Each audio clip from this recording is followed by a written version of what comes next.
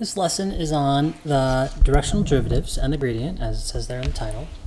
And the motivating question behind this lesson is to observe that from what we already know, given a function, z, that is a function of x and y, we've seen how to calculate the rates of change of z with respect to both x and y. And we've interpreted these as tangent lines, two possible tangent lines, in those relative directions. We've shown that these are completely independent of each other because x and y are independent variables. So that's great. We can calculate rates of change in x and in y, but we don't just live in a world where we can only move, say, east-west or north-south. We can move in any direction we want. And so you may naturally ask the question, what is the rate of change of f if I move in a direction of my choice? So the way we answer this question is pretty straightforward. We have to pick a direction, and the best way to pick a direction is to specify a unit vector, as we've seen before.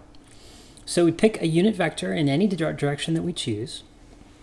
We then use that unit vector to construct a line through a given point. So suppose we're at the point r0.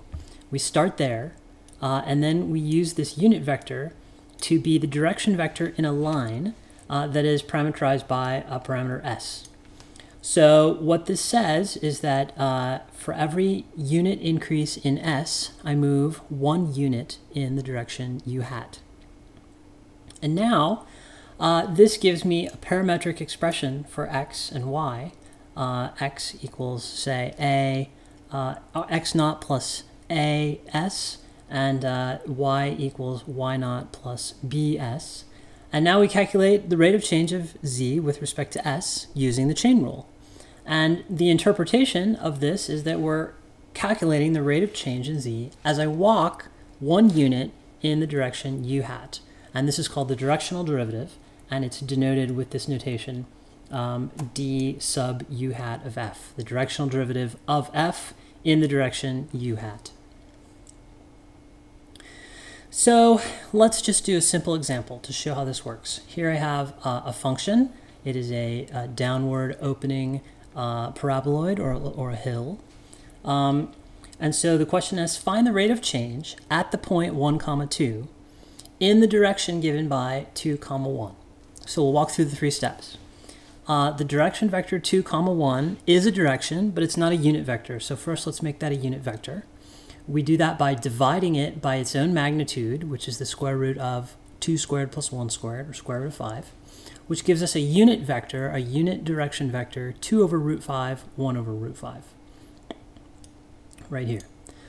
Then we construct a line through the point 1, 2, which the problem asks us, using vector notation right here, 1, 2 plus s times the unit vector that we've just constructed.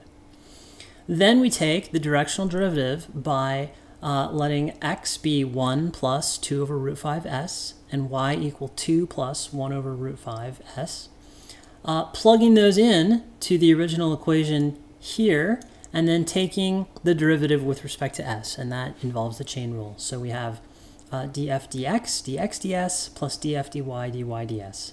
So df dx is minus 2x. dx ds is 2 over root 5 minus, again, 2y over 1 root 5, plugging in things from this line. And then since we're given the point at which we're supposed to evaluate this, the point is 1, 2, we go ahead and plug in 1 and 2 for x and y.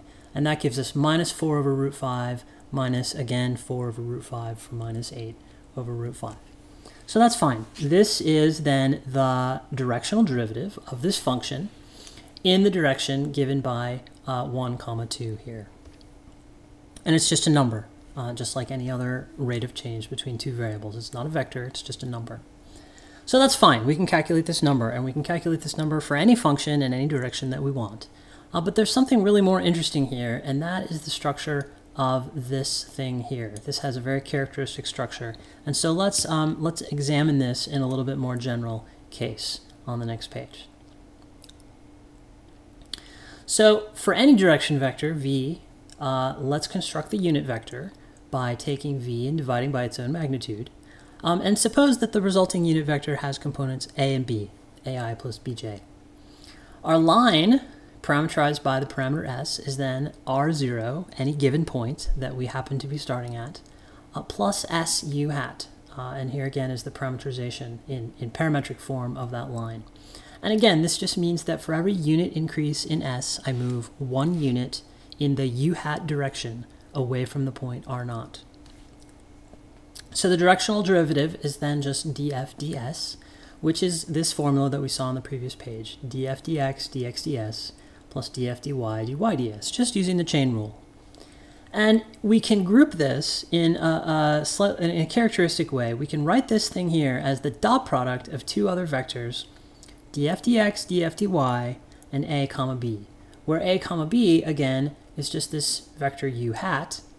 And then there's this very characteristic thing where there's the x derivative of f in the I slot and the y derivative of f in the j slot. And this thing appears so many times that we call it the gradient. We give it a name, we call it the gradient, and it's defined by this thing in Cartesian coordinates. We'll see in other coordinate systems it's defined differently. But in Cartesian coordinates anyway, this is the definition of the gradient. This notation for the gradient is this upside down triangle, which is technically called nabla, but you can just look at that triangle, and when it's triangle upside down triangle f, you can just read it as the gradient of f. So that's fine.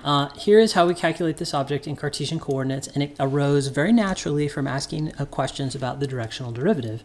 But what is it? What is this object that seems to come up so much and has this special name? Why do we give it a name? So let's think about it in more detail.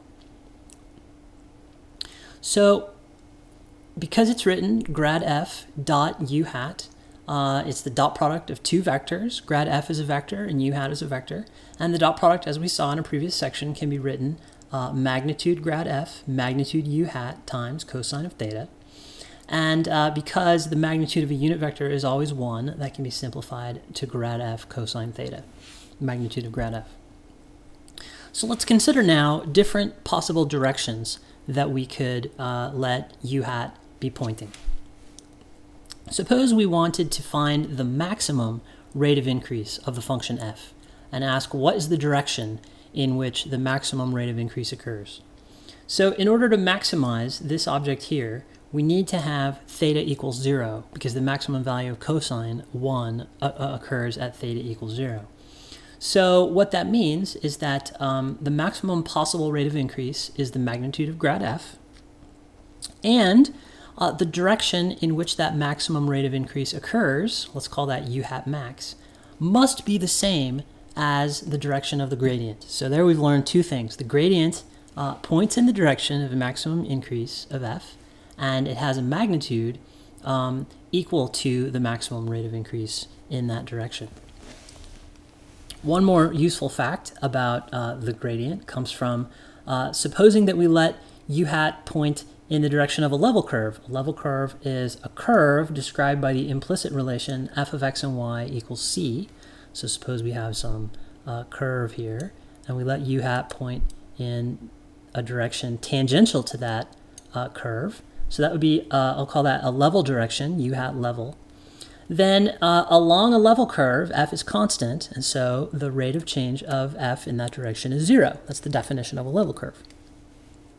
But if the rate of change of f is 0, that must mean that because grad f is probably not 0 and u hat is not 0, that those two things must be perpendicular to one another.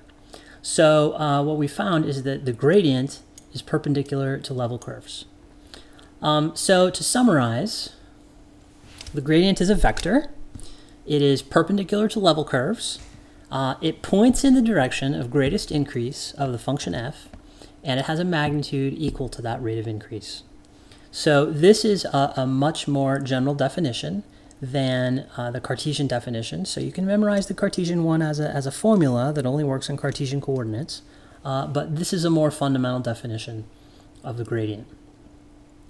I also want to point out that we started by asking this question about directional derivatives. We ended up calculating this more general object called the gradient, which is therefore more fundamental than the directional derivative. In fact, The directional derivative being grad f dot u hat, where u hat is any direction you choose, is in this form nothing more than the scalar projection of the gradient in the direction of that unit vector. So if you need to know a directional derivative, what this says is first calculate the gradient and then take the dot product with the direction you want to go, and you'll be good. And you can calculate it for any direction as long as you have the gradient. So let's do a couple of examples. I'll give you two functions and we'll sketch out what their gradients look like, and also in relation to their level curves. So here's an example. A very simple function, f of x and y, is sine of x plus y. This function only depends on the sum x plus y, and so it's really only a one-dimensional function. In fact, we'll see that it's a cylinder by the technical definition of a cylinder that we saw in a previous section. So we take the gradient. Here's a plot of sine of x plus y. Tried to sketch. It's just a sinusoidal oscillating sheet that moves in the direction I comma j, which is this way, sort of diagonally along the page. So its gradient, the first component is partial f partial x, which is cosine of x plus y times the derivative of the inside, but that's just 1. The j component is partial f partial y, which again is cosine x plus y times the y derivative of the inside, which again is just 1. So the gradient vector is just cosine of x plus y, cosine of x plus y. So it's always going to point along the line ij in either the positive or negative direction. So I've tried to sketch this here. If we're on top of a hill or at the bottom of a valley, then the gradient is 0. There is no direction of maximum increase, because it's sort of at the top already. So the gradient is 0. If we're on, say, this side of a hill, then the gradient, the direction of maximum increase, is back towards the origin, and so the gradient points back that way. Whereas if we're on the back side of a hill, then the gradient will point out. The direction of increase is outward, and so it will point outward. In here I've tried to sketch just a couple of level curves. So this is a level curve, f equals 0, that passes right through the origin. And there we're on the upside of a sine curve, and so the rate of increase is in the ij direction. Then we reach a maximum at x plus y equals pi over 2, and so there's no gradient. And then we reach again at pi, we're going downhill, and so uphill is back towards the origin, and the gradient points back that direction. Let's look at another example. Z equals, in this case, 4 minus x squared minus y squared, very similar to the previous example. We can easily calculate the gradient. Derivative with respect to x is minus 2x. The partial with respect to y is minus 2y, and so the gradient is minus 2x, comma, minus 2y. We see that this points always towards the origin, and that the farther away we get from the origin, the larger its magnitude. That makes some sense if we look at a sketch. This is, in fact, an upside-down bowl, a downward opening paraboloid, that is, in fact, a circle, because this right here is just r squared in polar coordinates. So it's a circular paraboloid opening downward. And so we see that the direction of greatest increase, really the uphill direction, is one way you can think about it. The uphill direction is always back towards the origin. And the farther away we are from the origin, the steeper uphill we get. So this result here seems at least intuitively consistent. And so we can calculate the gradient at any number of random points. I've just picked 2. So 1, 0, we can plug that in. We get a gradient of negative 2, 0. So I've tried to draw that here with some reasonably medium-sized arrow. 0, 2, the gradient's going to be 0, negative 4. So again, it points inward. The arrow is going to be longer this time, and I've tried to sketch that over here. And I've done the same thing over here with 2 level curves. This is the level curve. F equals, I believe, 0. F equals 0, and this is the level curve F equals 3. And again, so these level curves, if I just slice through this paraboloid with a knife in the z-plane, I get a circle of some kind at different heights depending on the value of the constant. And the gradient always points directly inward, which is orthogonal to those circles. So again, we see that it's perpendicular to the level curves.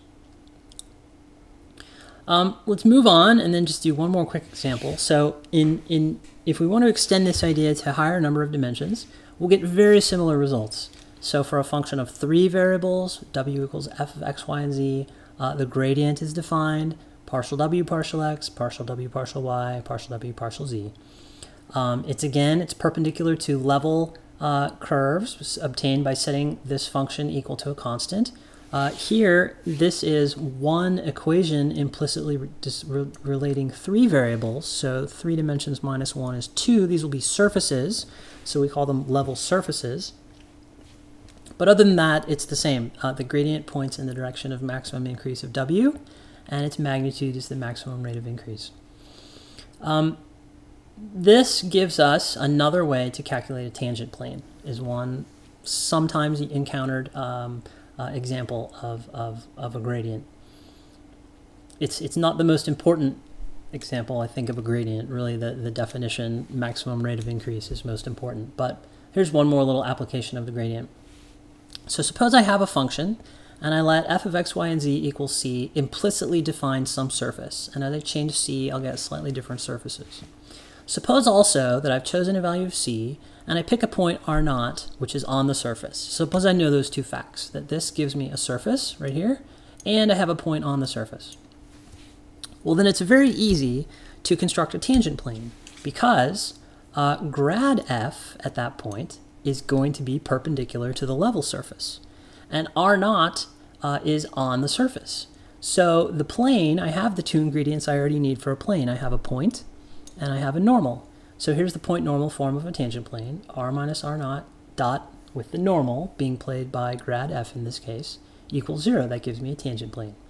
And if I write this out component by component, the x component gives me x minus x naught df dx plus y minus y naught df dy, and so on, equals 0. So this is another standard form of a plane, this time defined by tangency to an implicitly defined surface.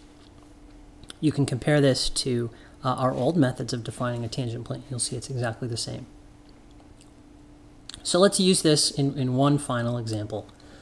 We have a function here, f, x, y, and z is x squared plus y squared minus z squared. I can go ahead and calculate the gradient. Grad f is 2x, 2y minus 2z. That's just straightforward use of partial derivatives. Now, this application of tangent planes, if I let f equal c, so I have this set of terms here equal to a constant, those are hyperboloids. If c is positive, like here for example c equals 1, we saw previously, it's okay if you don't remember, that that's a hyperboloid of one sheet, and as I vary c, that will pass through a cone when c reaches 0, and then as c goes to -1, that will become, for instance, a hyperboloid of 2 sheets. So these are perfectly well-defined surfaces. We can verify that when c equals 1, the point 1, 0, 0 is on the surface, because we get 1, 0, 0 equals 1. That's fine. And when c equals -1, we can verify that, for instance, of many points I could have chosen, that the point 0, 0, 1 is on the surface, because we get 0, 0, -1 equals -1. So I've just chosen these 2 points because they were easy to come up with. But they allow us to calculate tangent planes. We may look at this surface and say, you know, at this point over here, 1, 0, 0, it looks like the tangent plane should just be straight up and down, and we'll indeed find that. And at this point right here, it looks like the tangent plane should be horizontal, and indeed we'll find that. So let's just quickly run through this. For c equals 1, the point r0 is 1, 0, 0. Grad f, I have that formula. At any point, I have the gradient. The gradient is 2x, 2y, -2z, and so grad f at this point is 2, 0, 0. And I can use this point and this normal to construct a plane in standard format, and indeed I just get x equals 1, which is not at all surprising given the shape of this surface and the location of that point. Again, for c equals -1 and the point, we have the point r0 is 0, 0, 1. Grad f is 2x, 2y, 2z, so, 2x, 2y, -2z, so 0, 0, that should actually be plus 2. Again, though, when I plug in these things to make the standard form of a plane, I have a bunch of things that get canceled, and then I have here this last term, z minus 1 times plus 2. And these terms in x and y cancel, I'm just left with the plane z equals 1. So there was nothing really exciting about this example. It just shows you how you could use this to calculate tangent planes. But again, this is the kind of thing that is often done in graphical programming, any kind of situation in where you have curved surfaces and you maybe need to approximate them with little bits of flat surfaces. So it's the kind of thing that comes up from time to time whenever you're dealing with moving or static surfaces.